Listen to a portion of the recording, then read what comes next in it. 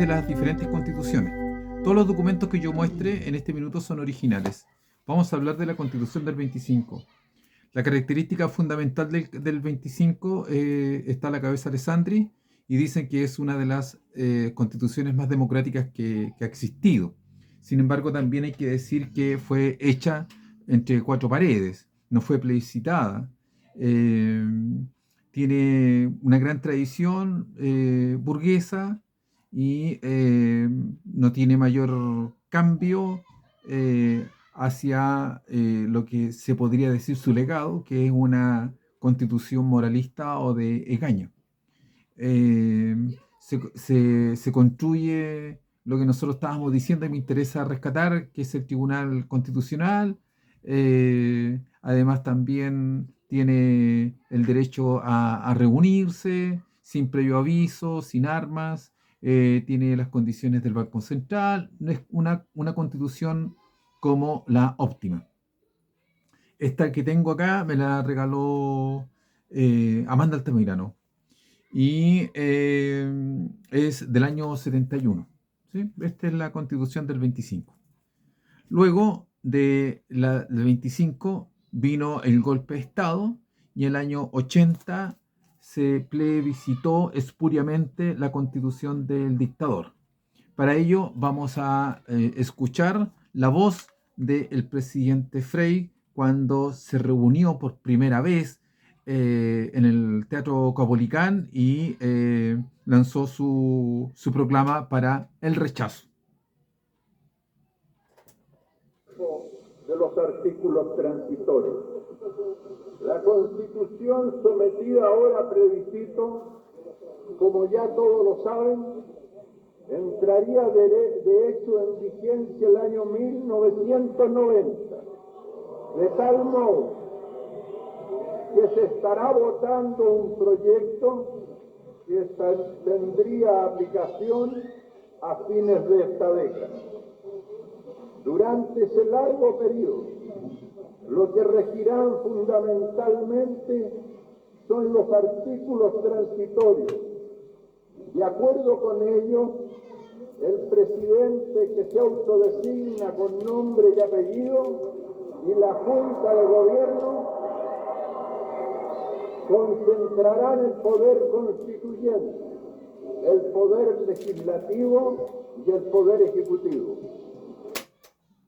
Ahí lo dice claramente Frei Montalva, llamando al rechazo de esta constitución, y que también decía que esta constitución se construye o se constituye por dos grandes bloques. Una que es los artículos transitorios, que dentro de los transitorios el que más provocaba dificultades es el artículo 24 transitorio, que podía recluir a las personas, a los chilenos, en lugares que no fuesen cárceles, que no estaban destinadas a cárceles. A eso daba pie a las cárceles ocultas o centros de tortura.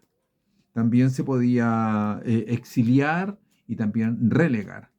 Y quedaba como la Junta de Gobierno quedaba con la función legislativa. También estaban los artículos consolidados, digamos así, y estaba el artículo 8, que decía que el artículo 8, toda aquella persona que piense distinto al modelo neoliberal, o decía ideas absolutas, va a ser sancionado. Ese es el artículo 8. Aquí lo está dice artículo 8, todo acto, persona o grupo destinado a propagar doctrinas que atenten contra la familia, propugnen la violencia o la concepción de la sociedad, el Estado o del orden jurídico con carácter totalitario o fundada en la lucha de clases, es ilícito y contrario al ordenamiento institucional de la República. Aquí está la Constitución del 80, la que hizo Pinochet, y la plebiscitó sin tener los registros electorales, porque los militares los quemaron. Luego, el 89, en dictadura todavía, el 30 de julio, como producto del Acuerdo Nacional, se constituyen 54 reformas a la Constitución. Aquí voy a mostrar el voto, ¿sí? El voto, en el cual yo también participé. Y generalmente las reformas eran hacia la presidencia, habían 54 reformas, eh, se modificaba la composición del Senado y del Congreso, y para poder generar un Congreso algo más democrático, ¿sí? Comillas, todo eso. Recuerden que en ese entonces todavía estaban los senadores designados. Eh, Algunos derechos constitucionales, eh, esos derechos constitucionales era principalmente garantizar los derechos humanos y la participación de los partidos políticos. El Tribunal Constitucional, eh, como también los estados de excepción, que se pudiera generar a través de el Congreso una menor tiempo de los estados de excepción, especialmente el de sitio y emergencia. Y lo que interesaba mucho en este plebiscito era diagramar en forma distinta el Consejo de Seguridad Nacional. No solamente que existieran militares, sino que también civiles. Y así llegó el año 90 y sin ser una constitución, lo primero que se constituyó fue un plan de gobierno de la concertación, y en el número uno, ¿sí? En el número uno de las reformas estaba la constitución, una nueva constitución, ¿sí? Una nueva constitución y sus diferentes leyes políticas. Dentro de esa, la modificación de las normas, recursos de protección, consagración de nivel constitucional de la defensa ante los crímenes de lesa humanidad, derogación de las normas que establecen que los dirigentes sindicales no podían ser políticos, eh, democratización de los municipios, porque antes los municipios los alcaldes eran designados. Eh, y robustecer el sentido del Congreso. Así llegamos al 2005, en donde Ricardo Lagos firma una nueva constitución que se da por superada una serie de leyes hechas que se legisló como decreto fuerza ley en dictadura. Entonces, el aporte de Lagos fue la superación de los diferentes decretos fuerza ley que estaban vigentes, ¿sí? Pero, en definitiva, no cambió sustancialmente a lo que era la Constitución, del 80, ¿sí? Pero esta está firmada por por Ricardo Lagos, Francisco Vidal, por Sergio Vittar, por Yarna Proboste, entre otros. ¿Sí?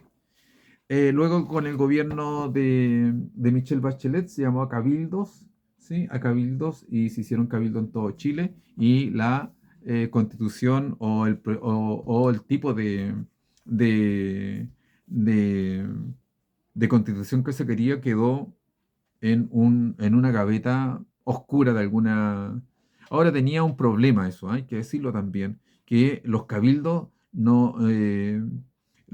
o las resoluciones de los ciudadanos no tenían una fuerza de resolución, no era resolutivo, sino que era discursivo, pero no resolutivo. Eh, Bajo ese criterio, yo lo que he pretendido en este 10 minutos, he pretendido que la constitución que se va a entregar mañana se vea que se tiene una condescendencia con la constitución del 25, luego con la constitución espuria de Pinochet, con una reforma, 54 reformas, y que toma luego el programa de la concertación en su primer capítulo. para llegar al 2005 con una constitución que deroga los decretos fuerza ley de la dictadura de Lagos, para que la presidenta Bachelet llamara a diferentes cabildos. De esa manera aparece en los últimos 97 años esta constitución con entre medio con el estallido social.